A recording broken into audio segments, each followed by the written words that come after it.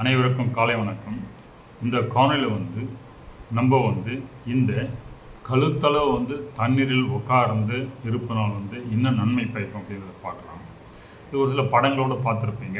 இது நம்ம ஏரியில் போய் உட்காரலாம், குளத்தில் உட்காரலாம், இல்லை நல்ல ஒரு பெரிய தொட்டியில் கழுத்தில் தண்ணி உட்காரலாம். எப்பவுமே உங்கள் உடம்புடைய வெயிட்லேருந்து கிட்டத்தட்ட 100 மடங்கு அந்த வால்யூம் இருக்கிற மாதிரி தண்ணியில் உட்காந்தா அந்த வெப்பம் நல்லா போயிட்டு உடல் நல்லா குளிர்ச்சி அடையும். அதுவும் குளிக்கிறதுக்கும் பயன்படுத்தும் அப்படின்னு சொல்லியிருந்தோம் அந்த காலையில். அப்போ இந்த காலையில் இந்த கழுத்தளவு வரையும் உட்காரும்போது என்ன ஆகுதுனாக்கா, கீழ்ப்பகுதி கழுத்துக்களுக்கு இருக்கிறது நல்லா குளிர்ச்சி ஆகுது, தலைக்கு மேலே இருக்கிறது வெப்பமாக இருக்குது. அப்போது இந்த பாய்லர்லாம் பார்த்தீங்கன்னாக்கா கீழே கறி எரியும், உள்ளே கீழே ஹீட்டாக இருக்கும் நிறையா, மேலே போக அந்த ஹீட்டு குறைஞ்சிட்டே போகும்.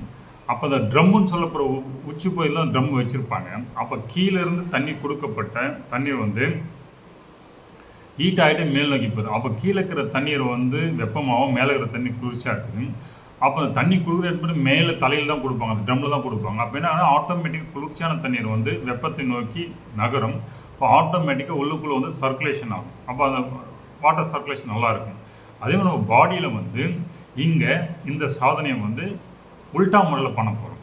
அதுக்காக தான் நேரலாக பக்கத்து என்ன சொல்கிறாங்க, எப்போ பிளட் சர்க்குலேஷன் நல்லா இருக்குனாக்கா தலை கொஞ்சம் வார்மாக தான் இருக்கும், தலை குளுமையாக இருக்கும், பாடி கால் வார்மாக இருக்கும். இதுதான் நம்ம பாடியில் நார்மலாக இருக்கிற முறை.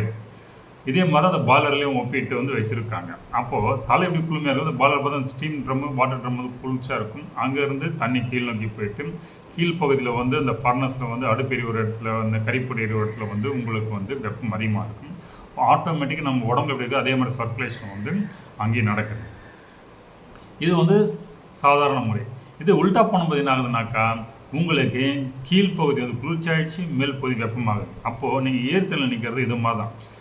கழுத்தளவு கதையில் கீழே இருக்கிறது குளிர்ச்சியாகும், தலைக்கு மேலே வெப்பமாக இருக்கும்போது என்ன ஆகுனாக்கா, அப்போது இந்த பாடி ஃபுல்லாக குளிர்ச்சியான இடத்துல இருக்கிற அந்த குளிர்ச்சியான பிளட்டு தலையில் வெப்பம் ஆட்டோமேட்டிக்காக அந்த டெம்பரேச்சர் டிஃப்ரென்ஸில் டென்சிட்டி டிஃப்ரென்ஸில் நல்லா தலைக்கு பிளட் சர்க்குலேஷன் கிடைக்கும் அந்த ஷார்ட் டைமில்.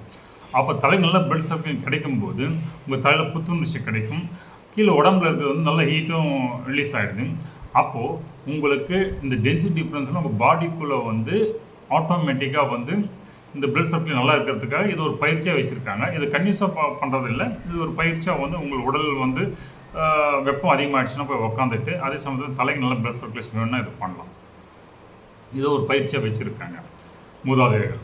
ஸோ இந்த முறையில் பார்க்கும்போது இது நம்ம நேச்சுரல் சிஸ்டம்னாக்கா தலை குளிர்ச்சியாக இருக்கணும், பாதம் வெப்பமாக இருக்கணும், அது நார்மல் பிளட் சர்க்குலேஷன். இது உல்டா சாதனை முறை பண்ணும்போது உங்களை என்ன ஆகுதுனாக்கா, பிளட் சர்க்குலேஷன் ஆப்போசிட்டில் நடக்கும்போது அங்கங்கே இருக்கிற அந்த தலைக்கு ஹீட்டாகவும் இது இருக்கும்போது டெம்பரேச்சர் நல்லா தலையில் நல்லா பிளட் சர்க்குலேஷன் ஏற்படும் போது உங்களுடைய தலையில் அந்த அன்ஆக்டிவேட்டட் பார்ட்ஸில் இருக்கிற பிரெயின்ஸ்லாம் நல்ல பிளட் சர்க்குலேஷன் கிடைச்சி நல்ல புத்துணர்ச்சி பெறதுக்கு வாய்ப்புகள் இருக்குது.